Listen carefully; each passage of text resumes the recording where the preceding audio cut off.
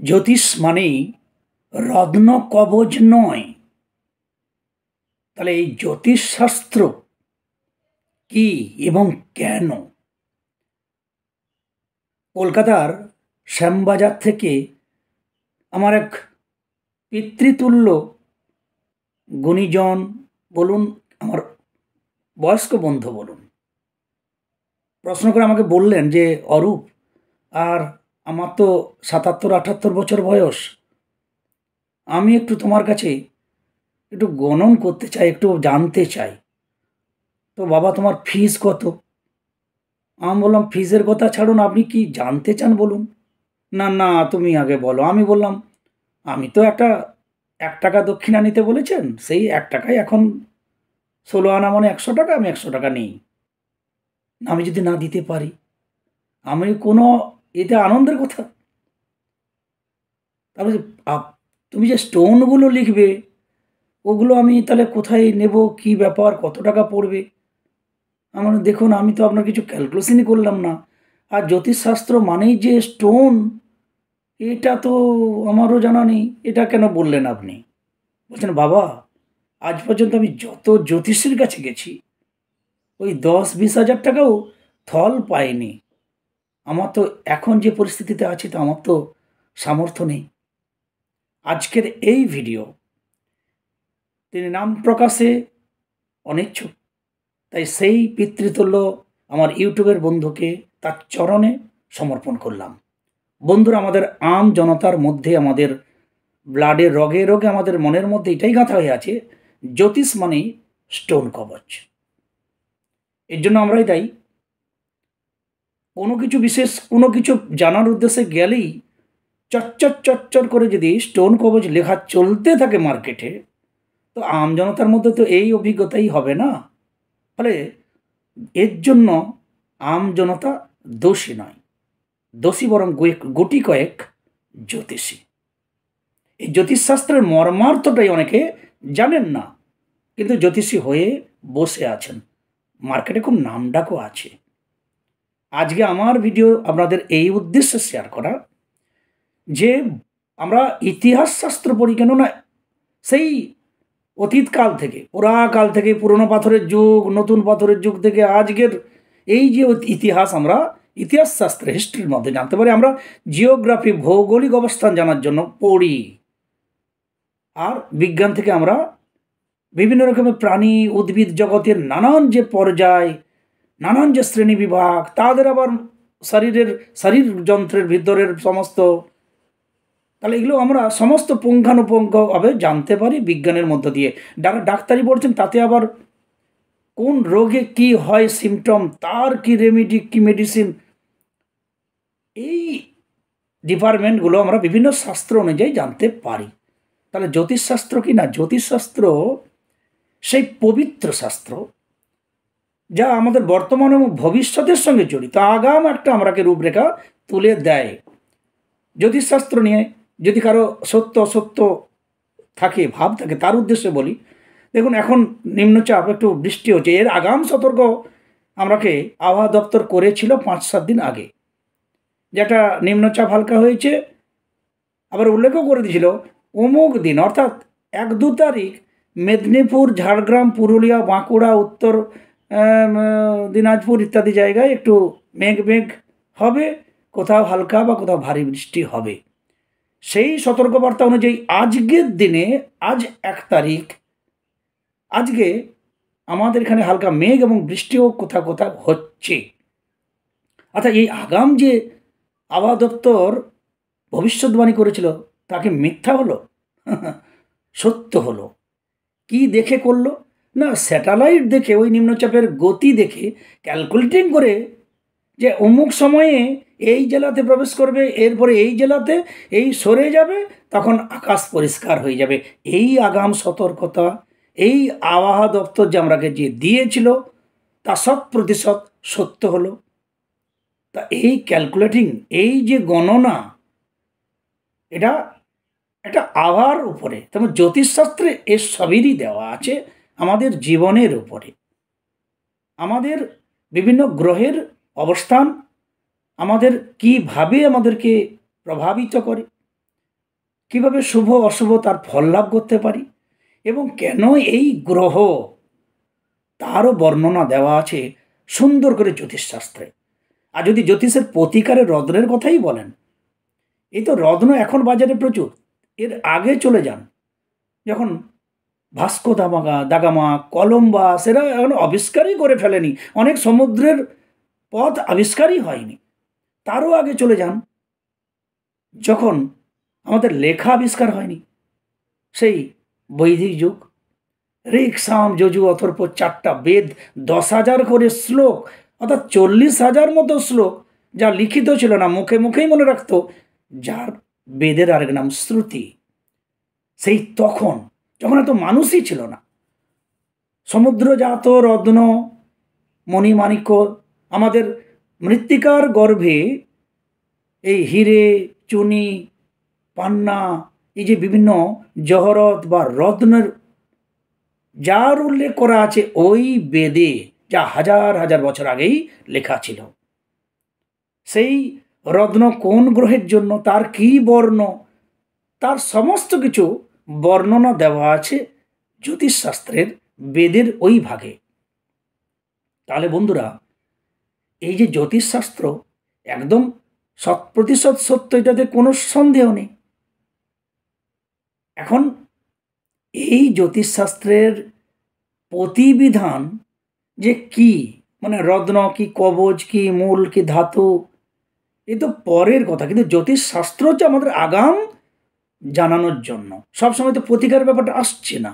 আপনি একটা বাড়ি করবেন, যদি কোনো জ্যোতিষী বা বাস্তুতত্ত্ববিদ জানেন, তার কাছে পরামর্শ নিলে আপনাকে এইটাই বলবেন, কি একটা নকশা করে দেবেন যে ঈশান কোণ, অর্থাৎ নর্থ ইস্ট কোণ, এখানে ঠাকুর ঘর করবেন, এখানে ল্যাট্রিন, বাথরুম, শোকপিট, এগুলো করবেন না, ঠাকুর ঘর করুন, এখানে এই করুন, জলের জায়গা করুন, বায়ুকোণে একটু শোকপিট করুন, ট্যাঙ্কি করুন, মলমূত্র পরিষ্কার রাখার যে ট্যাঙ্কি, সেটার ব্যবস্থা করুন, বাড়ি থেকে বেরোন ডান দিকে তুলসী গাছ রাখুন। এই যে বিজ্ঞান, বাস্তুতন্ত্র শাস্ত্র অনুযায়ী যিনি জানেন, তা আপনাকে বলে দিবেন এখানে রত্ন কবচের কী ব্যাপার আছে। আপনি জ্যোতিষের কাছে গেলেন যে আমি সরকারি চাকরি পেতে চাই, তো হাতে সরকারি চাকরি না বেসরকারি চাকরি জ্যোতিষশাস্ত্রে কোথাও লেখা নেই। আপনি কোম্পানির জব করবেন না নিজে কিছু করবেন, এরকম কিছু লেখা নেই। লেখা আছে কর্ম হবে, যে কর্ম করে আপনি দিনপাত করবেন, আপনি প্রতিষ্ঠিত হবেন, যে কর্মের জন্য এক প্রকার পৃথিবীতে এসেছেন, কোন বয়সে হবে, কেমন হবে। এই রিসেন্ট একজন আমাকে কলকাতা থেকে ফোন করেছেন, দাদা আমার কি আইটি সেক্টরে চাকরি হবে, দমদম এয়ারপোর্টের এক বন্ধু। আমি বললাম, ভাই জ্যোতিষশাস্ত্রে তোমার চাকরি বা কর্ম হবে কিনা একটা দিশা দেওয়া যেতে পারে, তুমি আবার পারফেক্ট বলে দিচ্ছ আইটি সেক্টরে হবে কিনা, এ বিদ্যা আমার জানা নেই।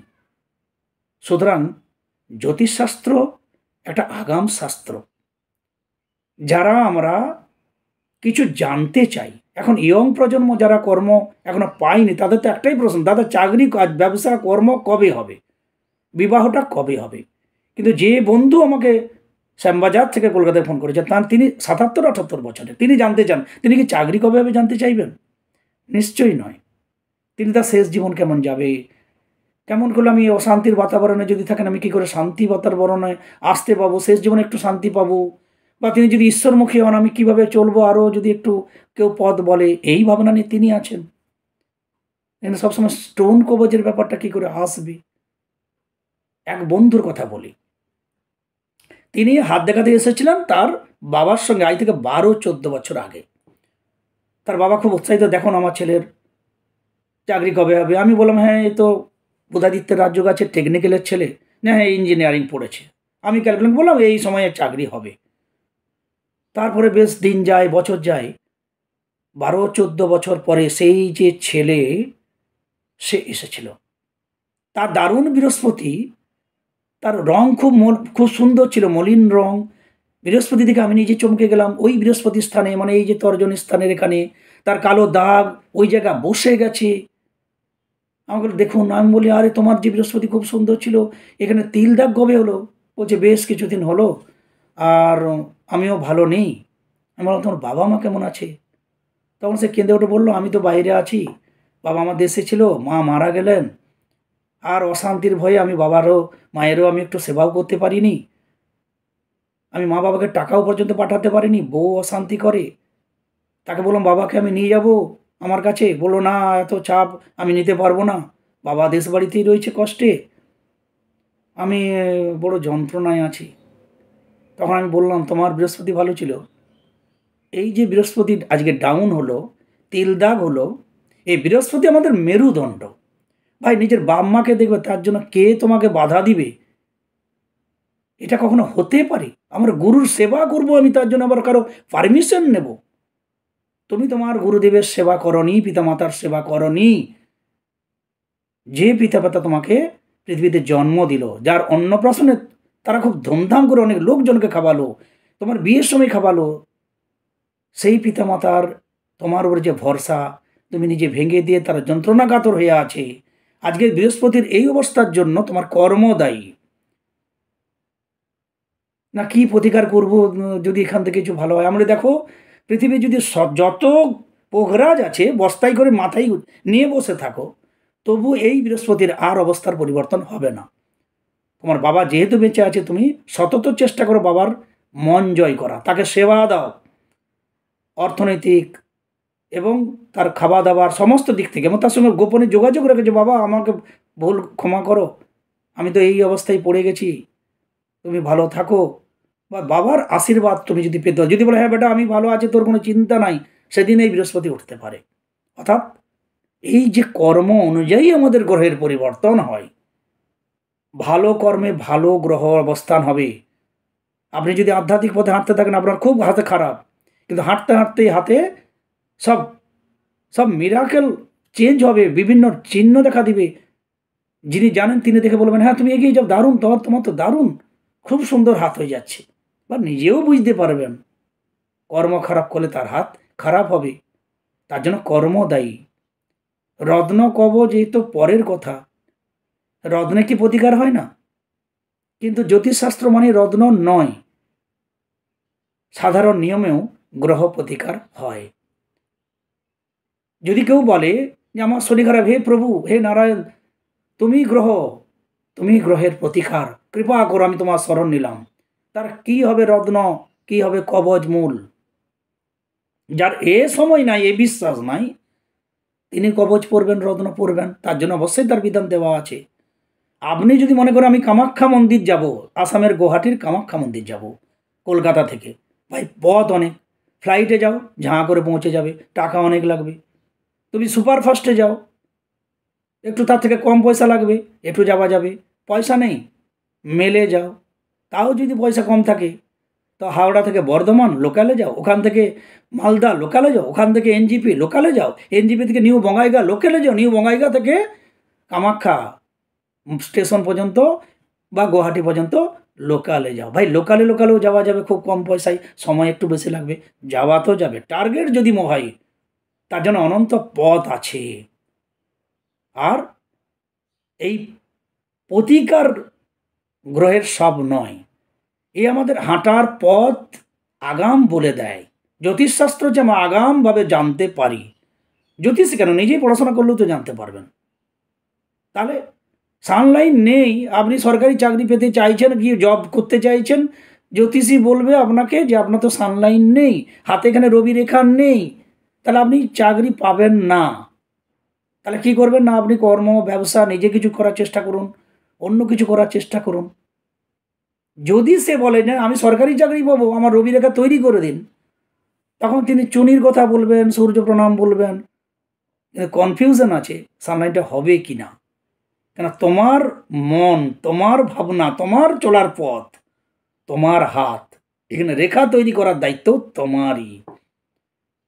বাকি যারা আমরা আমরা আমরা হচ্ছে অনুঘটক। জ্যোতিষীও একজন অনুঘটক, ক্রিস্টালের কাজ করে।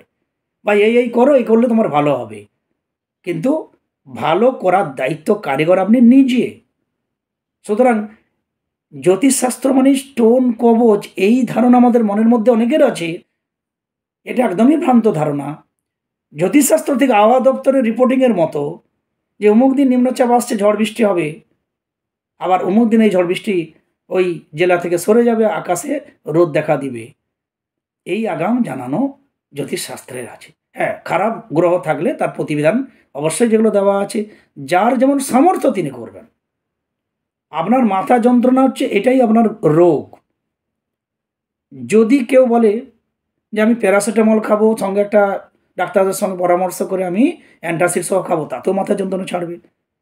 কেউ যদি বলেন একটু বেশি করে জল খা না, ঘুমিয়ে যা না, ও মাথা ছেড়ে যাবে। এমনও ঘরে আমি শুনেছি, দেখেছি, আমরা জানি। তার সত্যি, সত্যি ঘুমিয়ে যায়, মাথা ছেড়ে যায়। কার উপকারটা বেশি হলো? যে প্যারাসিটামল খেয়ে মাথা ছাড়লো, না যে ঘুমিয়ে মাথা ছাড়লো? ডেফিনেটলি যে ঘুমিয়ে মাথা ছাড়লো, অন্তত ওই প্যারাসিটামলের রিয়াকশনটা তার হবে না। অর্থাৎ যিনি শরণাগত হবেন যে হে প্রভু, তুমি গ্রহ, তুমি গ্রহের প্রতিকার, কৃপা করো, যে নামেন পারেন তা যদি শরণ নেন, ডেফিনেটলি এটা সব থেকে বড় প্রতিকার, এতে কোনো সন্দেহ নেই। অর্থাৎ গুরুনাম, ঈশ্বরের শরণাগত হবা। গীতার কথাই যদি বলেন, তার কর্মযোগ, জ্ঞান যোগ, ভক্তি যোগ, ভাই যার যেটা যোগ, একটা যোগে যুক্ত হতে হবে। ঈশ্বর আল্লাহ গড মানেন চাই না মানেন, আরে নিজেকে তো মানেন। নিজের কনফিডেন্স লেভেলটাই তো ঈশ্বর।